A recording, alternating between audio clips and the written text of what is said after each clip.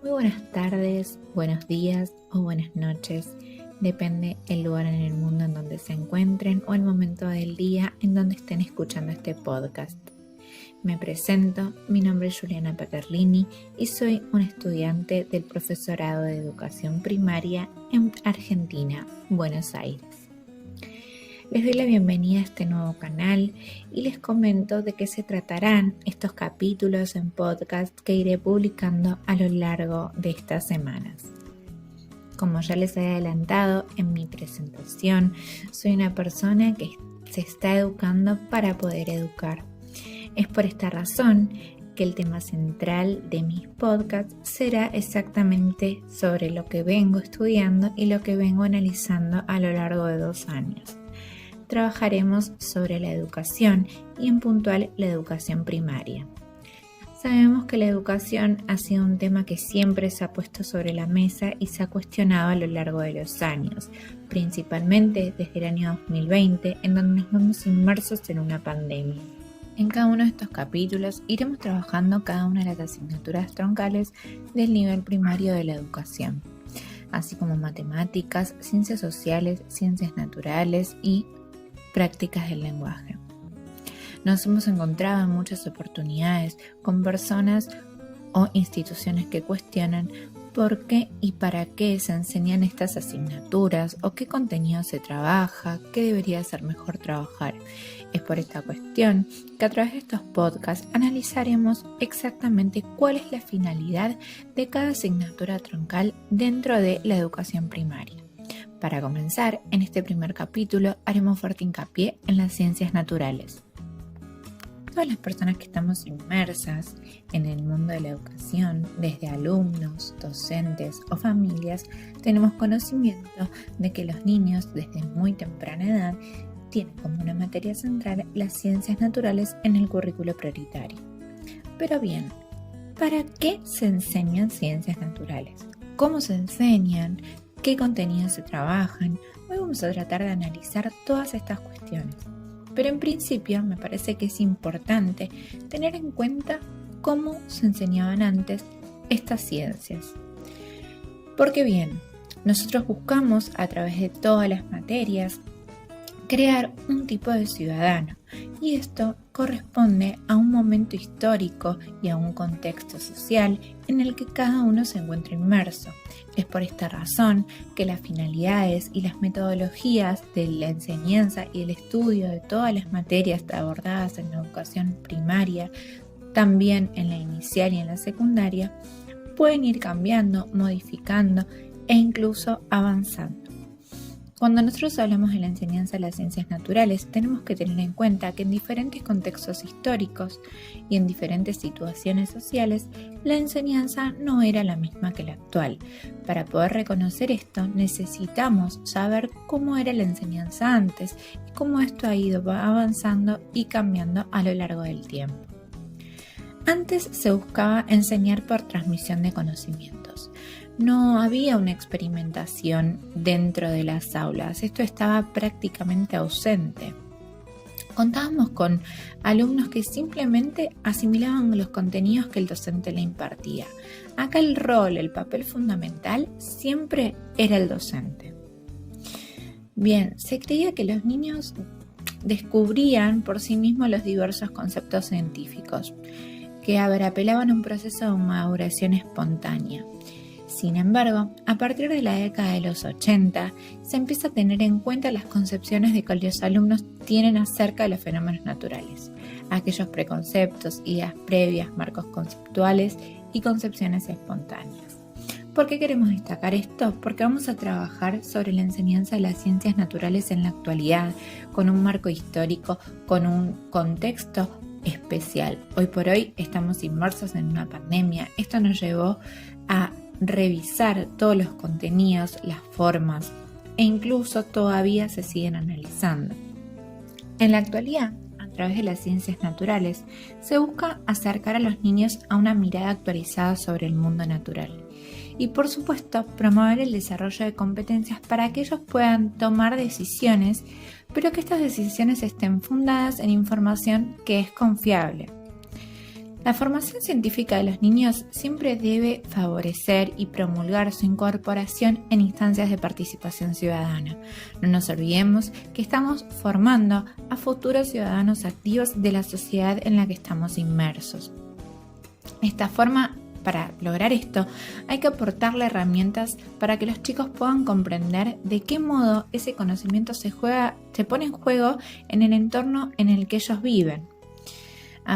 Hoy por hoy, la finalidad de las ciencias, de la enseñanza de las ciencias naturales es la formación de sujetos críticos y reflexivos en el contexto de una sociedad y de un tiempo histórico. Es obvio que los niños tienen una curiosidad innata que es propia de la edad, que está siempre presente en todos los niños. Pero aprender ciencias naturales no es solamente por esta curiosidad, tiene un componente ético, cuando se contempla la dimensión de compromiso con los valores propios de la práctica científica. Es por esta razón que enseñar ciencias naturales tiene como meta fundamental promover el aprendizaje de nuevos marcos explicativos y procedimientos que le permitan a los niños interpretar la realidad del entorno desde modelos, estrategias científicas y así también que se fomenten valores y actitudes para desenvolverse en una sociedad y tomar decisiones responsables. ¿Qué queremos decir con esto? Los niños tienen que tener conciencia que toda acción que ellos decidan hacer va a generar una consecuencia. Tenemos que darles las herramientas para que ellos siempre elijan accionar desde un lugar de responsabilidad y conciencia y que esa consecuencia que se provoque no sea dañina, que sea positiva, que promulgue el bienestar tanto de ellos, de su familia, de la escuela como de la sociedad. Sabemos que en la configuración de las sociedades y los grandes cambios sociales incide siempre de manera fuerte las ciencias. Esta permite interpretar la realidad, que sea interpelada, realizar investigaciones, ayuda a analizar los diferentes fenómenos que ocurren en nuestra sociedad y muchas veces son difíciles de explicar. Poniéndonos en contexto de esta pandemia en la que nos encontramos en los últimos 2 años, podemos decir que se vio fuertemente cómo la ciencia puede modificar la vida de las personas, cómo a través de la ciencia se puede buscar, por ejemplo en este caso, una vacuna que nos ayude a vivir mejor, a encontrar soluciones. Esto es algo que se puede llevar al aula, que se puede trabajar con los chicos, porque es algo contemporáneo a ellos, que van a escuchar en los noticieros, en la mesa familiar, en las reuniones con amigos. Es algo que los interpela completamente. Entonces, aquí podemos ver cómo en este contexto histórico la ciencia va a incidir fuertemente en estos cambios, nos va a dar nuevas oportunidades, nos va a dar nuevas respuestas. Desde la enseñanza de esta materia se busca desarrollar en los niños el pensamiento lógico, que ellos puedan analizar una situación, que se les permita elaborar una explicación, que puedan aprender a hipotetizar e inferir, encontrar caminos para verificar supuestos desde los que ellos partieron.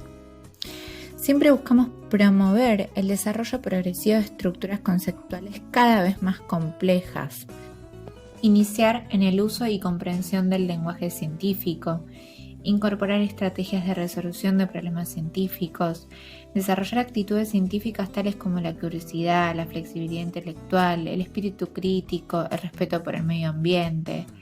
Y obviamente valorar los aportes de la ciencia reconociendo los límites que establece el hecho de que es una actividad social y colectiva, pero que está en continuo cambio y es sometida a diversas presiones de carácter social, económico e ideológico. Bueno, cuando hablamos de enseñar ciencias naturales en la educación primaria, estamos hablando de que en el aula puntualmente no se hace ciencia. En el aula lo que se hace es una ciencia escolar. ¿Y qué es lo que queremos decir con ciencia escolar? Es una ciencia que se relaciona con los valores de la educación que la escuela se propone transmitir. Obviamente a través de esta ciencia se busca enseñarle a los chicos a pensar por medio de teorías para que ellos puedan darle un sentido al mundo en el que viven. Y ayudarlos a comprender que el mundo natural tiene una cierta estructura interna, pero que esta estructura también podemos modelizarla nosotros, los chicos, los alumnos desde el aula. Es construir modelos que proporcionen una adecuada representación y explicación de los fenómenos naturales y que le permita a su vez predecir determinados comportamientos. Por ejemplo, los niños saben que cuando llueve y luego sale el sol, se provoca un fenómeno en el cielo. Ellos van a aprender por qué, cómo se provoca ese fenómeno, cómo podemos modelizarlo, cómo podemos crearlo, y a través de esto también van a poder explicarlo. ¿Pero qué quiere decir? Que cuando ellos observen que llovió y luego salió el sol, van a poder predecir qué es lo que va a aparecer en el cielo. Sin embargo, obviamente es necesario que reconozcan que todas estas modelizaciones deben estar al servicio de mejorar la calidad de vida de los chicos y de los demás. Esto es así porque la ciencia escolar tiene una finalidad conectada con los valores educativos. Esta ciencia es el resultado de los procesos de transposición didáctica, es decir, de esos procesos que ofrecen la oportunidad de diseñar una ciencia adecuada a los intereses y las experiencias infantiles y a los problemas sociales relevantes. La ciencia escolar se construye a partir de los conocimientos que los niños y las niñas traen desde sus saberes previos, desde sus casas, desde el jardín. Estos modelos iniciales son de sentido común porque proporcionan el anclaje necesario para los modelos científicos escolares. Estos modelos obviamente se busca que evolucionen, que vayan avanzando durante el trabajo sistemático con los diferentes ciclos. Permite a su vez que conozcan lo nuevo a partir de algo que ellos ya conocían previamente e integrar así dos realidades, la forma de ver cotidiana y la perspectiva científica. Es decir, desde la ciencia escolar buscamos generar el interés en los chicos desde conocimientos previos, desde cosas cotidianas que ocurren en sus casas, en una cocina, en la ducha cuando se bañan, en el mundo en el que ellos viven, en la exploración que ellos realizan, por ejemplo, saliendo al patio a jugar con sus amigos o en el recreo de la escuela. Se busca a través de estos conocimientos, de estas experiencias previas que los niños tienen, acercarlos a una perspectiva científica.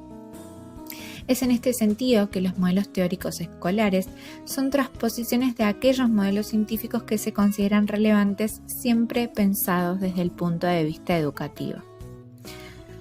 Es fundamental para esta ciencia escolar elegir preguntas o problemas y planificar actividades a partir de las cuales los chicos puedan hacer conjeturas o anticipaciones y que también se les proponga plantear experimentos, pensarlos y ponerlos a prueba, que se pueda hablar sobre ellos. Es primordial relacionar los contenidos con los intereses de los chicos y de las chicas y con los hechos que resultan significativos para ellos. Nosotros como docentes tenemos que ser conscientes que para despertar el interés tenemos que trabajar sobre cuestiones que para ellos signifiquen algo, que les sirva para moverse en el mundo, para moverse en el contexto en los cuales se encuentran inmersos, que les propongan dar explicaciones, que sientan que obtuvieron un conocimiento que les es útil, que va a mejorar su vida. Los hechos elegidos deben plantearse siempre como problemas, como preguntas o desafíos para que los niños se sientan interpelados sobre cómo funciona el mundo, poniéndonos en la situación de buscar respuestas y elaborar explicaciones.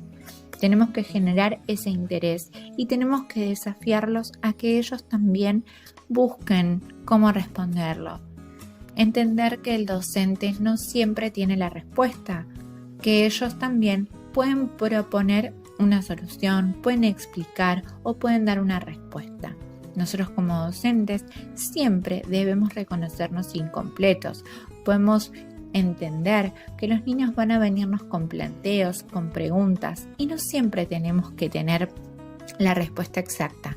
Tenemos que demostrarles que nosotros también podemos buscar, podemos investigar, podemos no saber algo y a través de la investigación obtener una respuesta para brindárselas a ellos.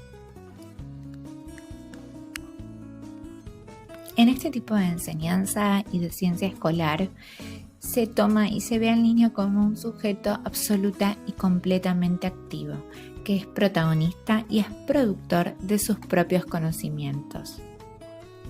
En esta tarea de enseñar y aprender ciencias naturales, nos encontramos hoy con este desafío de las nuevas alfabetizaciones, ¿no? Entendemos como la alfabetización científica, esto que les vengo mencionando previamente, esta propuesta de trabajo dentro del aula que va a implicar generar situaciones de enseñanza que buscan recuperar las experiencias previas de los chicos y de las chicas con los fenómenos naturales.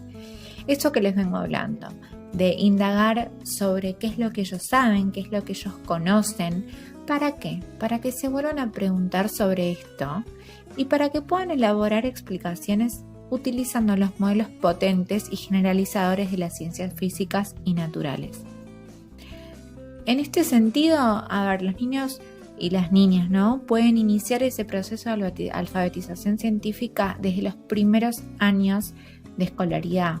Por eso, como mencionamos en el principio del podcast, los niños tienen como una materia del currículo ciencias naturales desde el primer grado de la educación primaria. En efecto a esto, el aula es un espacio donde se tiene que poder dialogar, donde tiene que haber un intercambio entre diferentes formas de ver, de hablar y de pensar el mundo. Pensemos que todos esos niños vienen con experiencias previas y una forma de ver el mundo que los rodea. Tiene que ser el aula un espacio propicio para que ellos puedan exponer esos conocimientos, que puedan dialogar con sus pares, con el docente. Los chicos y los maestros debemos poner en juego los distintos conocimientos que se construyeron previamente en nuestras vidas sobre la realidad. Por esta razón, cuando hablamos de enseñar ciencias, hablamos de abrir una nueva perspectiva para mirar. Ya dejamos atrás esa enseñanza antigua en donde el docente era el que cumplía el rol fundamental dentro del aula. Acá estamos hablando de que todos tenemos que poner en juego aquello que sabemos, aquello que nos interesa y fundamentalmente los niños. Ellos tienen que encontrar el interés y tienen que encontrar a través de esta enseñanza formas de explicar lo que ellos ya conocieron y también que se sientan interpelados y que quieran conocer cosas nuevas y que quieran explicar cosas nuevas. Nosotros siempre debemos brindar herramientas para facilitar esta nueva perspectiva de observar el mundo, pero dejamos de cumplir ese rol protagonista. Los protagonistas son los niños. Esta perspectiva habla de una perspectiva que le permite identificar al niño regularidades, hacer generalizaciones y obviamente interpretar cómo funciona la naturaleza. Esto también va a significar promover cambios en los modelos de pensamientos iniciales de los chicos y de las chicas para acercarlos progresivamente a representar esos objetos y esos fenómenos mediante modelos teóricos. Sabemos que los niños van a venir con ideas previas, pero a través de esta enseñanza, a través de nuestro accionar dentro del aula, se van a ir generando cambios dentro de esos modelos y esos pensamientos iniciales que los niños tenían, porque vamos a ir dando explicaciones a las diferentes cuestiones. Por lo tanto, cuando hablamos de enseñar ciencias, estamos hablando de tender un puente que va a conectar los hechos familiares o conocidos por los niños con las entidades conceptuales construidas por la ciencia para poder explicarlo. Estos nuevos modelos de ciencia escolar que tanto se diferencian con los modelos antiguos, con los que tratamos de poner sobre la mesa en un principio de este capítulo, se configuran a partir de preguntas y explicaciones y que obviamente deben ser aplicados a otras situaciones para que ellos puedan comprender que también funcionan y que son útiles para que tomen decisiones. En este sentido, decimos que esos modelos son potentes y generalizadores. No es simplemente que se da la explicación de un hecho, de un fenómeno, para explicar lo que se puso en cuestión en la clase. Debemos comprender que ese modelo va a servir para explicar otras muchas cuestiones del mundo en el que ellos viven. A ver, ¿qué queremos decir? Que estos modelos explicativos de la ciencia proponen, por ejemplo, ver en una banana todos los frutos. O sea, sabemos que es una fruta, que vemos una banana y estamos viendo una fruta en general, pero sabemos en qué se diferencia esa banana, por ejemplo, de una pera o de una manzana, y en qué se parece a otras frutas. Y comprender obviamente el papel que juegan, por ejemplo, la cáscara en la continuidad o una semilla de una manzana en la continuidad de la vida. Es ver, por ejemplo, una ropa mojada secándose al sol, pero entender que esa remera que está mojada tendida en la soga, secándose al sol, está pasando por un proceso de evaporación. Y saber también cuáles son los factores que influyen en la rapidez del secado y anticipar en qué condiciones esa prenda se secará más rápido. Sabemos que. Y bueno, pero en el pronóstico de la tele dijeron que a la tarde va a llover. ¿Y qué hacemos? ¿Dejamos esa remera colgada? ¿Y si está nublado? ¿No? Si está nublado, ¿se va a secar igual de rápido que si la colgamos un día de sol? Bueno, de esto hablamos cuando hablamos de estos nuevos modelos de ciencia escolar. Estamos dejando de lado solo lo teórico, la explicación, llevándolo a un mundo práctico, llevándolo a la realidad en la que viven, llevándolo a mejorar su estilo y su calidad de vida. En esta enseñanza de las ciencias naturales que venimos analizando desde el principio de este podcast, es fundamental que haya una progresión sobre los contenidos trabajados en el aula. Para que los niños y las niñas puedan construir una explicación del mundo natural que esté sostenida desde este pensamiento crítico y reflexivo sobre el cual venimos haciendo hincapié, es fundamental que ellos puedan aproximarse de forma progresiva a los diferentes fenómenos naturales, a los modos de conocer, a los diferentes objetos. Y esta progresión se tiene que dar a lo largo de toda la trayectoria escolar de los niños, pero obviamente trabajando desde diferentes grados de profundidad. Es por esta razón que siempre desde el lugar del docente se tiene que atender a 3 diferentes niveles de complejidad al momento de diseñar situaciones de enseñanza, al momento de diseñar las actividades y bueno, obviamente que todo esto integre el aprendizaje de conceptos y modos de conocer. Cuando hablamos del primer ciclo de la educación primaria, estamos hablando del primer nivel que prioriza fundamentalmente el nivel fenomenológico y descriptivo. En este primer nivel, los alumnos se van a acercar a los contenidos haciendo foco en la diversidad de hechos, en los fenómenos, mediante obviamente la exploración, la observación y la descripción sistemática. Obviamente todo esto con acceso a información que siempre va a estar orientado por el docente. Después también, en lo que es un primer ciclo, hablamos de un segundo nivel de aproximación a los contenidos. En este segundo nivel, las situaciones de enseñanza se van a focalizar principalmente en el establecimiento y la identificación de las relaciones e interacciones mutuas entre los procesos, los fenómenos y los hechos, y obviamente mediante el diseño de actividades experimentales sencillas. Vamos a comenzar a realizar experimentos, ya vamos a alejarnos un poco de lo que es la observación y vamos a poner manos a la obra, por así decirlo. Vamos a hacerlo siempre desde una iniciación sencilla y también se va a iniciar la modelización.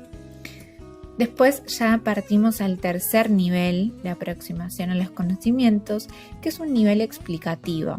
Ya este nivel es propio del segundo ciclo de la educación primaria. En este nivel vamos a incorporar explicaciones ya con cierto grado de generalidad, obviamente para dar cuenta de la unidad y de la diversidad, ya las interacciones y los cambios en el mundo natural.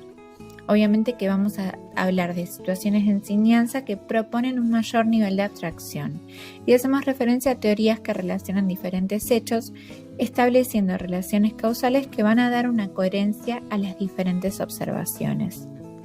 Ahora bien, no podemos dejar de lado en la enseñanza de las ciencias naturales, en el mundo que nos rodea hoy, la integración de las nuevas tecnologías. Nos vemos inmersos en un mundo en donde los niños se relacionan con la tecnología desde muy pequeños y nosotros como docentes desde la escuela tenemos que utilizar estas tecnologías como un recurso de apoyo, como algo que nos pueda ser de ayuda para trabajar las diferentes cuestiones y los diferentes contenidos que queremos llevar al aula.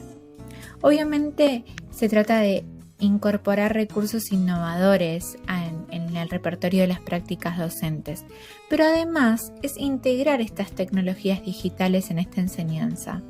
Lo que vamos a tratar de hacer es permitir mejorar la circulación de los saberes y la apropiación y producción de nuevos conocimientos en los niños.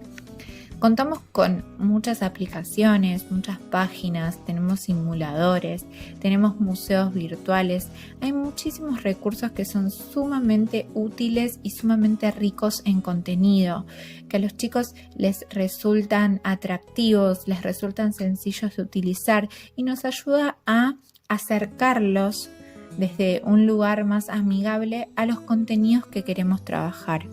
Obviamente el propósito jamás va a ser usar estas nuevas tecnologías aisladas como un fin recreativo. Siempre va a ser en un contexto y con un marco de enseñanza dentro del aula, con un marco que esté en torno a los contenidos trabajados.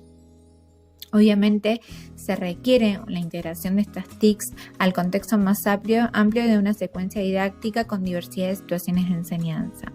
El foco nunca va a estar puesto en las tecnologías digitales puntualmente, sino en los contenidos que nos proponemos enseñar.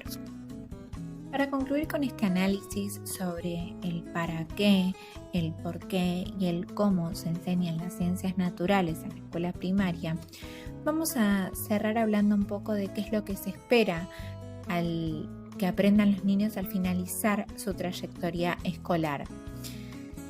Se espera de los niños que puedan lograr avances en la comprensión de los fenómenos naturales, obviamente a partir de modelos explicativos que sean más cercanos a los modelos científicos. Con esto queremos decir que puedan ampliar y potenciar su curiosidad y su creatividad, y obviamente formulando nuevas preguntas y nuevas formas de indagar el mundo que los rodea, siempre con colaboración de otros, trabajando con los otros. Por otra parte, se busca que los niños logren construir una mirada crítica frente al conocimiento científico y tecnológico y que puedan desarrollar actitudes de compromiso con el entorno social y natural del cual ellos forman parte. Esto lo decimos para cerrar un poco toda esta idea, para terminar de concluir sobre qué es lo que esperamos y por qué enseñamos ciencias naturales en la escuela primaria. Obviamente que, como mencionábamos al principio, tenemos 4 asignaturas centrales que se van a enseñar en el transcurso de estos 6 años de educación primaria y las ciencias naturales es una de ellas.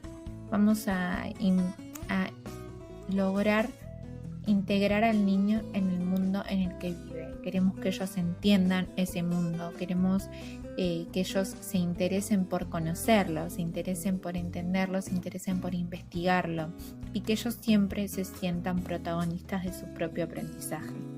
No queremos reducir al niño a estar simplemente sentado en un pupitre escuchando una explicación y redactando lo que otro les dice, sino que queremos que ellos sean constructores de su aprendizaje, que ellos siempre sean sujetos activos a la hora de formar parte de la escuela.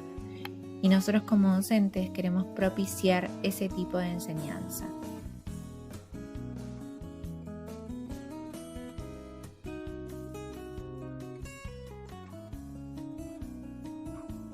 Bueno, bienvenidos a este segundo capítulo, a este segundo podcast de educación. Y vamos a hablar hoy un poco al respecto de los contenidos que trabajamos de las ciencias naturales en la educación primaria. En el capítulo anterior hablamos un poco del por qué y el para qué, el cómo se enseñan ciencias naturales, pero no trabajamos puntualmente sobre los distintos contenidos que contiene el diseño curricular y que deben llevarse a cabo en los diferentes ciclos. Muy bien, hoy vamos a comenzar hablando de el universo y el sistema solar. A ver, cuando hablamos del universo y el sistema solar, ¿qué es lo que entendemos y por qué lo llevamos a la escuela primaria? Obviamente lo que es trabajar la astronomía en la escuela primaria sirve para que los niños puedan reconocer esos cambios que se observan a diario en el cielo, y esto obviamente parados desde el planeta en el que habitamos. Y a la vez ayuda a brindarle a los chicos actividades que le den trascendencia al estudio de estos fenómenos para nuestra vida cotidiana. Obviamente como docentes lo que pretendemos es facilitar desde esta perspectiva que los chicos accedan a la comprensión de una cantidad de cambios culturales, filosóficos y científicos que ha habido en la historia de la humanidad en relación a la necesidad de explicar y predecir los fenómenos astronómicos que se observaron y que se observan a simple vista, ¿no? Frente a esta realidad, obviamente la escuela en la escuela se constituye un espacio potente para que los chicos puedan transitar experiencias en las que se puedan hacer explícitas sus ideas, confrontarlas con las de sus compañeros, de modo de poder enriquecer y ampliar sus conocimientos, ¿no? En el sentido de recorrer estas experiencias es que comiencen a comprender algunas regularidades en los sucesos que ellos observan en el cielo sin mayor ayuda óptica que nuestros propios ojos. O sea, no estamos hablando de telescopios ni nada, sino el cielo que se ve con el hecho de mirar hacia arriba, para que al mismo tiempo ellos puedan comprender el paisaje celeste. El aspecto del cielo cambia notablemente y frecuentemente, ¿no? Uno de los factores de la transformación del cielo es consecuencia de la sucesión de los días y las noches, fenómeno que permite diferenciar los dos diferentes cielos, el diurno y el nocturno. Entonces vamos a buscar justamente eso, que los chicos puedan identificar las diferencias entre un cielo diurno y el nocturno, que puedan identificar lo que es la luz solar y la ausencia de la luz solar. Es por esa razón, obviamente, que también enseñamos, por ejemplo, las fases de la luna, que ellos puedan interpretar las diferentes fases de la luna y cuestiones que suceden en nuestro cielo y que las vemos a diario. ¿Por qué suceden estas cosas? ¿No? ¿Cómo las explicamos? Este es fundamentalmente el objetivo del enseñar el sistema solar y el universo. ¿Cómo podríamos llevar este contenido al aula? ¿No? A mí me parece que es propicio trabajar con actividades en las cuales se pueda siempre comenzar desde ideas previas, en los conocimientos que ellos traen de su vida cotidiana.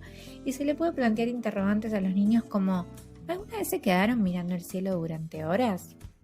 ¿Se dieron cuenta que la iluminación del cielo no es siempre igual? ¿O qué diferencias encontramos respecto al cielo cuando es de día y cuando es de noche? Me parece fundamental trabajar con actividades de observación y registro, ¿no? Y es primordial que los niños puedan, a partir de los diálogos y de la escucha de sus compañeros, realizar gráficos en los que representen, por ejemplo, a un lado de la hoja un cielo diurno y al otro lado el cielo nocturno, identificando qué elementos se encuentran en cada uno de ellos. De esa manera, obviamente, no solo van a trabajar con sus propios saberes, sino que nos permitirá arribar a interesantes conclusiones, como por ejemplo que en el cielo diurno nos encontraremos con elementos que en ciertas ocasiones también están presentes en el cielo nocturno, como por ejemplo la luna o las nubes, y que hay otros que son exclusivamente del cielo diurno, como el sol, y en el cielo nocturno las estrellas. Otra actividad que me resulta sumamente favorable para la enseñanza de este contenido son aquellas actividades en donde se les proponga a los niños observar y registrar sucesos que ocurren en diferentes momentos. No simplemente salir a ver el cielo, sino que aprender a hacer un registro de diferentes momentos, pautándolos con horarios. Entonces, podríamos observar desde los siguientes interrogantes. Si yo a las 8 de la mañana estoy observando el cielo, ¿dónde se encuentra el sol? ¿Y por qué el sol se encuentra en esa posición? Después, si me guardo en mi casa y a las 12 del mediodía vuelvo a observar el cielo, ¿dónde se encuentra el sol a las 12 del mediodía? Y a las 6 de la tarde, ¿dónde lo vemos? ¿Por qué se observará en esa posición? También podemos preguntarles si en algún momento pudieron observar la luna y de ser así que registren en qué horario la pudieron ver. Luego de hacer este registro en un cuadro de doble entrada es en donde deben indicar el horario en el que observan y qué es lo que observan. Esto nos va a servir para comenzar a hablar sobre los aparentes movimientos del Sol y luego también para introducir los puntos cardinales dentro de los saberes en juego. Es fundamental siempre que trabajemos desde la indagación de los saberes previos y es importante mantener latentes las preguntas problematizadoras para poder generar interés en los niños. Introducir los puntos cardinales desde los movimientos aparentes del Sol es algo muy interesante y también que podemos hacer en el aula.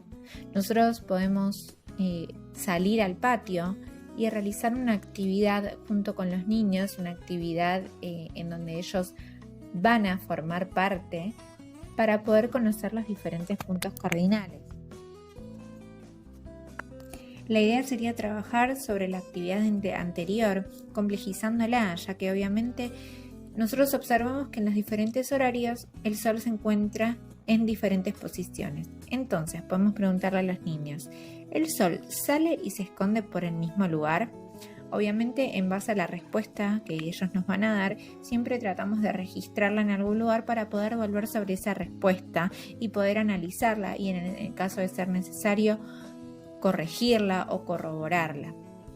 Entonces, luego de escuchar la respuesta de los niños, les podemos explicar que claramente el Sol sale en cada mañana por el este y se opone o se oculta por la tarde por el oeste.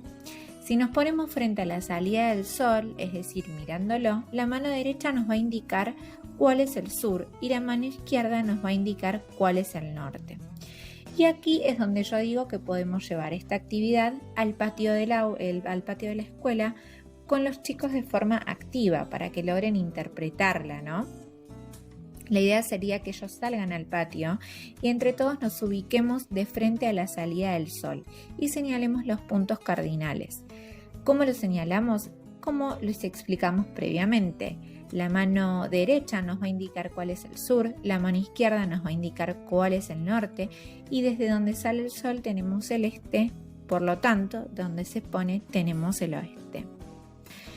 Desde esta indicación podemos realizar un juego, ¿no? Una actividad lúdica que siempre es interesante llevar a los chicos a que puedan fijar contenidos desde actividad lúdica, desde una actividad lúdica. Entonces, podemos realizar el juego de Simón dice, con la variante de que los niños deberán seguir las indicaciones dadas por nosotros, por los docentes, y por ejemplo, dirigirse al norte, al sur o al este o al oeste, dependiendo lo que se dice en cada oportunidad. Obviamente cada actividad lúdica tiene que terminarse y cerrarse con una conceptualización de los contenidos trabajados. Y terminaríamos el juego en el aula, obviamente, y construyendo de forma grupal en el pizarrón el concepto de puntos cardinales a través de preguntas como ¿qué aprendimos hoy? ¿Para qué nos sirvió el juego? ¿Podemos decir que tanto el norte, el sur, el este y el oeste nos sirven para orientarnos? Como cierre, vamos a explicar que tanto el norte, el sur, el este y el oeste son puntos cardinales y vamos a copiarle, o los chicos van a copiar en sus cuadernos, que esos puntos cardinales nos sirven para orientarnos en diferentes lugares. Es fundamental siempre luego de cada actividad lúdica que cerremos con una conceptualización para que se entienda que no simplemente jugamos por recreación, sino que la idea de ese juego era fijar contenidos. A su vez, el universo y el sistema solar es un gran tema para llevar la modelización al aula. Se pueden modelizar los movimientos aparentes del Sol y de la Luna, se pueden modelizar las diferentes fases de la Luna, podemos modelizar también cómo es que sucede el día y la noche, los movimientos de la Tierra, de rotación y traslación. Es un tema realmente que es muy rico para llevar a cabo las modelizaciones.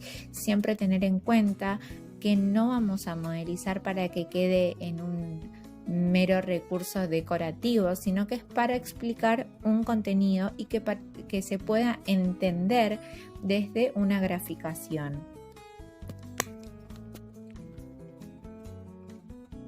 Dentro de lo que es también el universo y el sistema solar nos vamos a encontrar con el contenido de subsistemas terrestres. ¿Por qué enseñamos subsistemas terrestres en la educación primaria? Se busca enseñar este contenido obviamente para favorecer la interpretación de la dinámica del planeta. Y esto les va a permitir a los niños que puedan comprender, por ejemplo, los fenómenos meteorológicos, el ciclo del agua, la diversidad de los paisajes y sus geoformas básicas. Dentro de este contenido se puede trabajar en profundidad también todo lo que son problemas ambientales. Es muy importante poder amalgamar y poder trabajar transversalmente lo que es la enseñanza de las ciencias naturales con contenidos de educación ambiental. Es por esta razón que me parece propicio hablar de alguna actividad en donde se pueda reflejar justamente esto, ¿no? Lo que son los subsistemas terrestres, como por ejemplo la hidrósfera, transversalizado con la contaminación del agua, es decir, con un contenido de educación ambiental.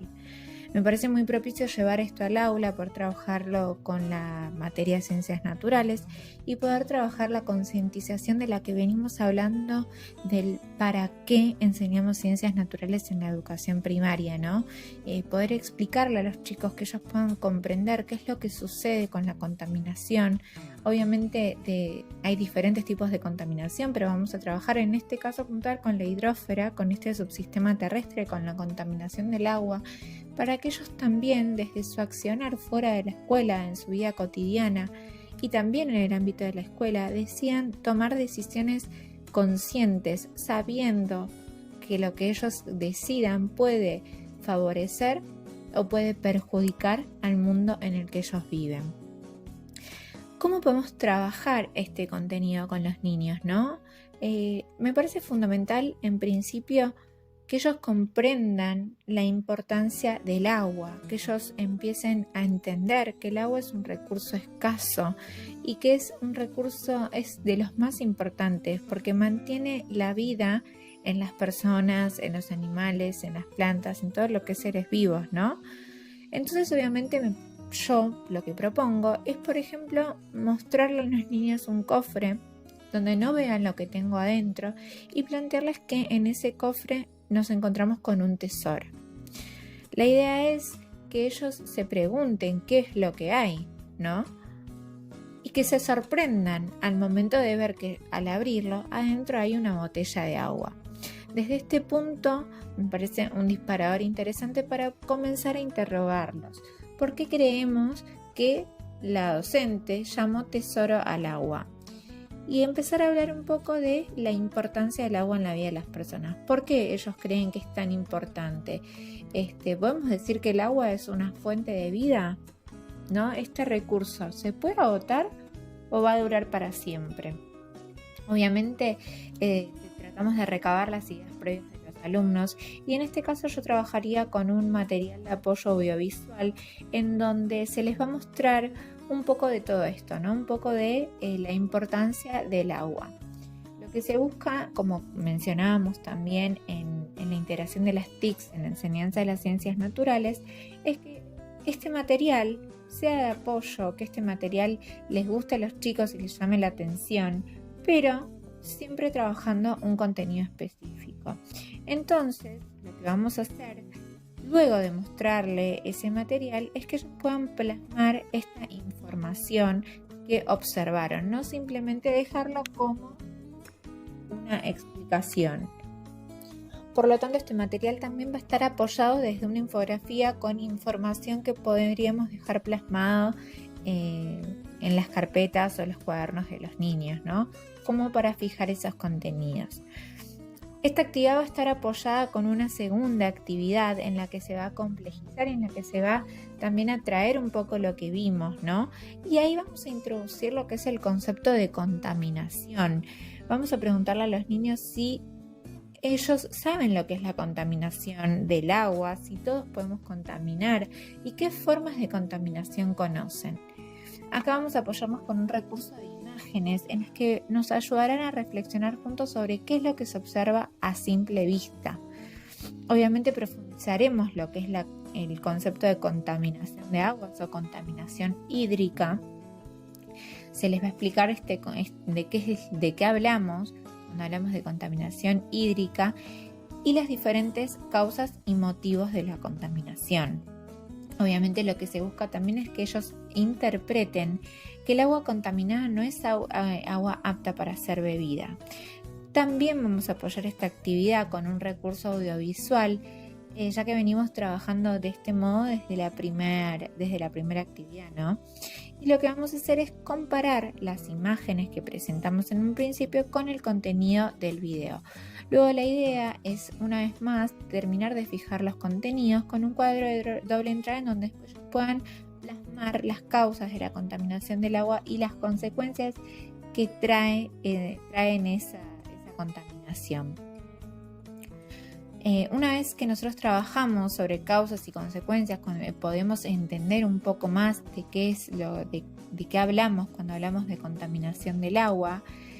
Vamos a tratar de acercar a los niños a las diferentes realidades, tratar de hacerlos entender que no existe una única realidad como la nuestra, sino que en diferentes lugares del planeta el agua es un recurso escaso. Entonces, ¿qué es lo que buscamos al explicarle a los niños? Que nosotros tenemos la posibilidad de contar con agua y obviamente dependiendo de nuestras acciones podemos contaminarla. Sin embargo, en otros lugares directamente el agua es un recurso escaso y las personas no cuentan con ella de la misma manera que nosotros. Vamos a buscar en los niños brindarles una serie de datos estadísticos sobre lo que es el derroche del agua. Y lo que se les va a pedir a ellos es que hagan un listado de situaciones de la vida cotidiana en los que saben que el agua se derrocha.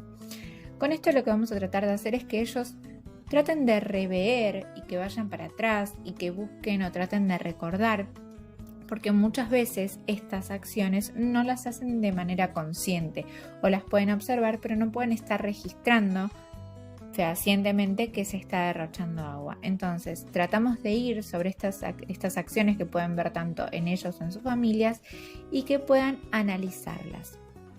La idea es que ellos a través de una sopa de letras puedan buscar palabras que estén referidas a estos datos estadísticos y que dentro de estas palabras puedan elegirlas para hacer un afiche que sirva para concientizar a la clase y a la comunidad en cuanto a lo que es en relación a lo que es el ahorro del agua, mediante consejos que ellos puedan dar desprendidos de las palabras que van a encontrar en la sopa de letras. Una vez más estamos utilizando un recurso recreativo como ser una sopa de letras, pero para fijar ciertos contenidos. Este recurso va a disparar una serie de consejos que van a ser para concientizar no solo a ellos, sino a las demás personas de la comunidad escolar. Consejos que pueden ser como cuando alguien lava el auto, que use un balde en vez de una manguera porque puede ahorrar hasta 120 litros de agua. El inodoro pierde agua, se pueden perder así hasta 150 litros por hora. Todos estos consejos van a desprenderse desde la sopa de letras y desde los datos estadísticos brindados en un principio de la clase. Como finalidad de esta serie de actividades, vamos a buscar que los niños hagan un afiche, ¿no?, con un compromiso grupal, es decir, que ellos tomen conciencia y se comprometan desde su accionar, no solo en la escuela, sino en su vida cotidiana, en sus hogares, con sus familias, con sus amigos, a evitar lo que es la contaminación del agua y a evitar el derroche de la misma. Todo lo que buscamos con esto, ¿no?, es lo que hablábamos en un principio: generar conocimiento en los niños y generar conciencia, pero no solo de contenidos, sino también de valores que se transmiten a través de la enseñanza de las ciencias. Bueno, uno de los últimos contenidos que trabajamos durante el año son los materiales. ¿Por qué y para qué enseñamos materiales en el primer y segundo ciclo de la educación primaria? Este contenido nos va a permitir acercar a los niños, tanto a los alumnos como a las alumnas, a un saber sistemático sobre el mundo de los materiales, ampliando los conocimientos de los niños sobre la familia de los materiales y las diferentes mezclas. Cómo pueden cambiar estos materiales al interactuar con las diferentes temperaturas o cuando interactúan con la electricidad y el magnetismo. Es importante trabajar este contenido puntualmente desde actividades experimentales, desde debates, análisis, Este núcleo pretende que los alumnos puedan reconocer los diferentes materiales que están presentes en los elementos de uso cotidiano. Y obviamente este es otro contenido que se puede transversalizar con la educación ambiental, trabajando en la cuestión de lo que es el reciclado. Así como el contenido anterior, también lo podríamos transversalizar con la educación ambiental desde, por ejemplo, la contaminación. En este caso podríamos concientizar y trabajar la educación ambiental desde el reciclado de los diferentes materiales. Tenemos muchas actividades y muchos experimentos para trabajar lo que son los materiales y las mezclas. Y, por ejemplo, también lo que podemos trabajar es el cambio de estado de los materiales. Una actividad que yo propuse durante el año es trabajarlo desde una receta de cocina. La idea es acercar a los niños a actividades que se realizan en lo cotidiano y que ellos mismos puedan ver, como por ejemplo algo que realiza su mamá, que realiza su papá, o en algunos casos que ellos mismos realizan en sus casas, se relaciona íntegramente con un contenido de la escuela, con un contenido de las ciencias naturales. Es decir, que no hace falta ir a un laboratorio y realizar un experimento con elementos que no tenemos nunca al alcance, sino que son cuestiones que suceden en la vida cotidiana. Es importante, como hemos visto en el capítulo anterior, es importante que los niños desde las ciencias naturales puedan comprender la realidad en la que ellos están inmersos. Y una cuestión, una actividad que se puede trabajar es desde este contenido que estamos hablando. Las mezclas, los materiales, el cambio de estado de los materiales. Entonces podríamos trabajar desde una receta de cocina, ¿no? Yo lo que propongo es hacer una actividad en donde se les presenta a los niños la problemática de hacer bombones. Entonces, mediante esta problemática, lo que nosotros vamos a hacer es siempre preguntarle a los niños qué creen ellos que puede suceder o cómo creen ellos que se puedan anticipar a una respuesta, que aprendan a hipotetizar. La idea es que presentarles una problemática que los atraiga, que les llame la atención y que ellos logren hacer una hipótesis. Entonces, yo les digo, tengo este chocolate y tengo un molde que me dieron para hacer bombones. El chocolate obviamente en estado sólido. ¿Cómo logro que este chocolate en estado sólido ingrese en este molde y tome la forma?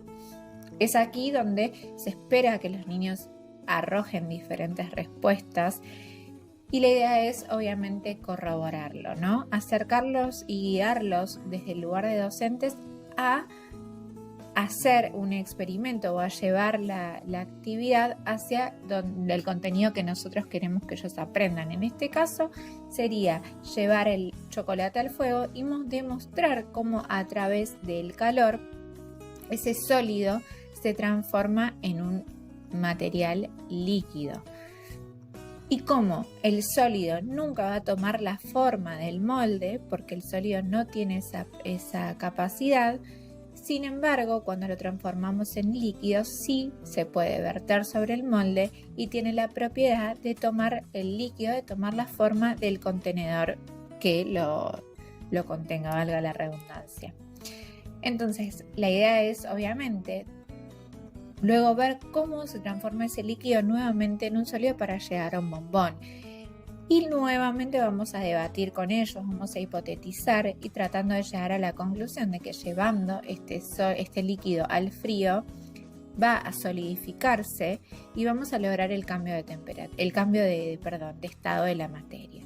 Entonces, desde una receta cotidiana que pueden hacer ellos, se puede demostrar cómo la materia va a cambiar de estado según la temperatura a la que se le exponga y podemos trabajar también las características de los materiales sólidos y de los materiales líquidos.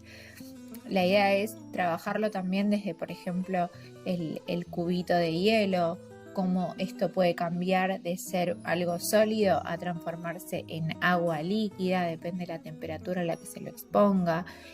Siempre tratamos de este tipo de contenidos trabajarlo desde actividades de experimentación, pero también acercarlos a la vida cotidiana. Llevar los contenidos a un terreno que les resulte cercano a ellos. Otro tipo de actividades que se pueden realizar en cuanto a lo que son materiales y mezclas corresponden a lo que es la separación de mezclas, ¿no? Podemos presentar diferentes tipos de mezclas homogéneas o heterogéneas y a través de la observación que ellos hipoteticen cómo podrían separarse esas mezclas. La idea es hacerlo, por ejemplo, con cosas que podemos tener fácilmente en el aula, que podemos llevar fácilmente al agua, o que los chicos también pueden tener en casa, como ser un vaso donde ponemos un clip de metal, un vaso con agua donde ponemos un clip de metal y tener a mano un imán, como puede ser también agua con fideos. Son tipo de mezclas heterogéneas con cosas de la vida cotidiana que podemos plantearle a los chicos cómo creen que sería posible separar ese tipo de mezclas. Obviamente la idea es que una vez más que ellos arrojen sus ideas.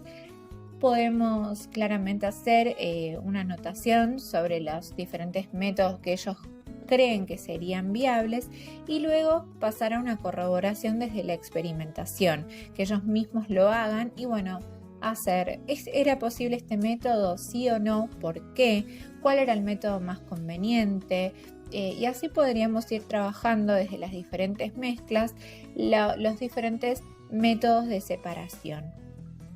Otro de los contenidos dentro de este núcleo es la fuerza y los movimientos. A ver, lo que nosotros pretendemos que los niños comprendan es los cambios que ocurren en los objetos cuando aplicamos una o más fuerzas y que al mismo tiempo ellos puedan observar cómo desde la aplicación de diferentes fuerzas esos objetos pueden detenerse, pueden moverse o se pueden hasta deformar. Esto es lo que va a permitir es que ellos se adentren en los fenómenos físicos como ser la propagación del sonido y la luz, los efectos de las diferentes fuerzas.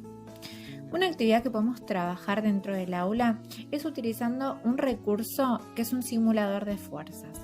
Acá lo que hacemos es, una vez más, trabajar en una actividad desde nuevas tecnologías.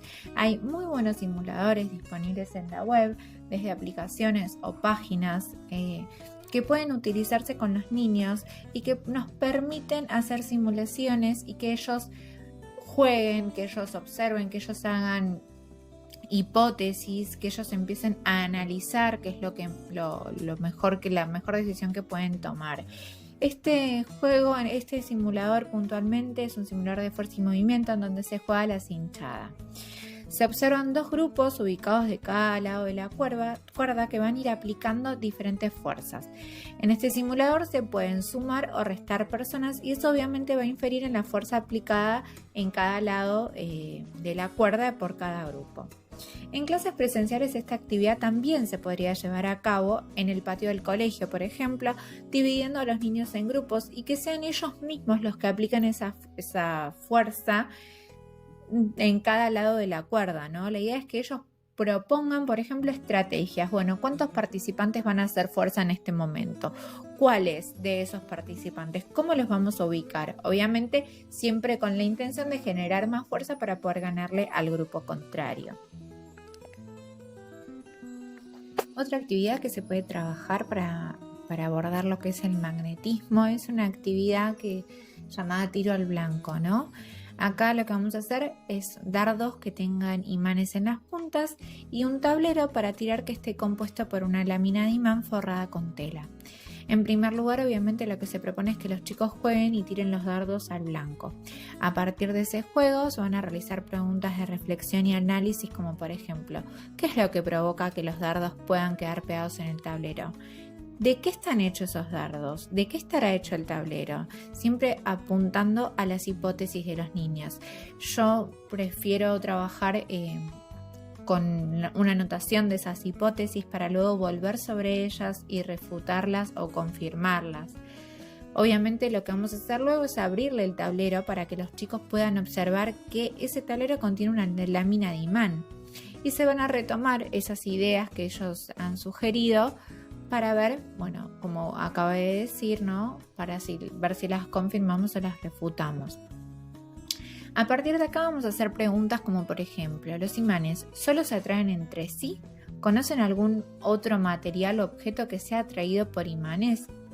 Si estuviera solo la tela, ¿qué pasaría? O sea, si fuese solo la tela y el imán no estuviera dentro, ¿no? Si probamos con otro objeto que esté a nuestro alcance, ¿también sería atraído por el imán o no? En este caso lo que vamos a intentar es tirar al blanco objetos pequeños que ellos pueden tener en sus cartucheras, que estén al alcance de ellos dentro del aula, como ser monedas, una tarjeta SUBE, ganchitos mariposa, una goma, un lápiz, ¿no? Y vamos a probar tirando eso al blanco qué es lo que sucede. Después de esto obviamente vamos a hacer una puesta en común acerca de qué objetos son atraídos por el imán y qué objetos no. Obviamente estas son actividades de experimentación, ¿no? Y que trabajamos. Bueno, en este capítulo hemos abordado diferentes contenidos del diseño curricular que se enseñan en el nivel primario de la educación. A su vez, lo que hemos tratado de presentar son diversas actividades para llevar estos contenidos al aula. Las actividades que presentamos son muy amplias. Presentamos actividades lúdicas, presentamos actividades más teóricas como un cuadro de doble entrada, actividades de observación, desde observación de imágenes, observación de videos, actividades de registro, actividades experimentales. La idea es siempre tener en cuenta que como docentes tenemos que captar la atención de los chicos, tenemos que generar interés sobre el contenido que queremos presentar. Pero tampoco podemos dejar de lado el hecho de que los niños vienen con ideas previas de sus hogares, ideas previas del jardín o de años anteriores, de lo que pueden ver en la tele u observar en internet. Entonces, lo fundamental desde nuestro lugar de docentes es investigar sobre qué es lo que ellos saben, cuáles son los contenidos que tienen más fuertemente presentes, aquellos contenidos que pueden llegar a ser erróneos, presentarles propuestas de investigación, cómo aclarar ciertas cuestiones y siempre, pero siempre mantenerlos a ellos como sujetos activos. Eso es fundamental, que ellos se sientan protagonistas del aprendizaje, que no se sientan relegados y que se sientan confiados de poder dar opiniones, de generar hipótesis, de poder debatir.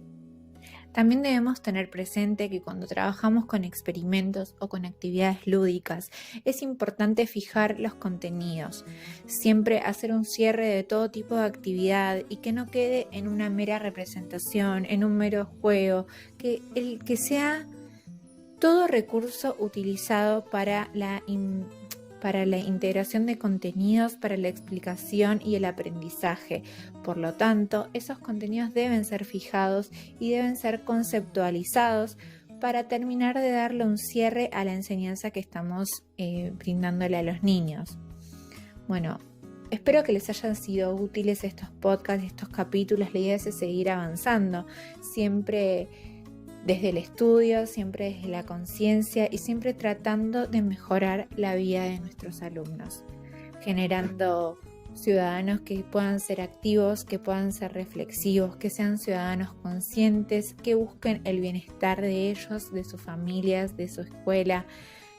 Y desde nuestro lugar de docentes, siempre poner nuestro granito de arena para hacer de nuestro mundo un mundo mejor.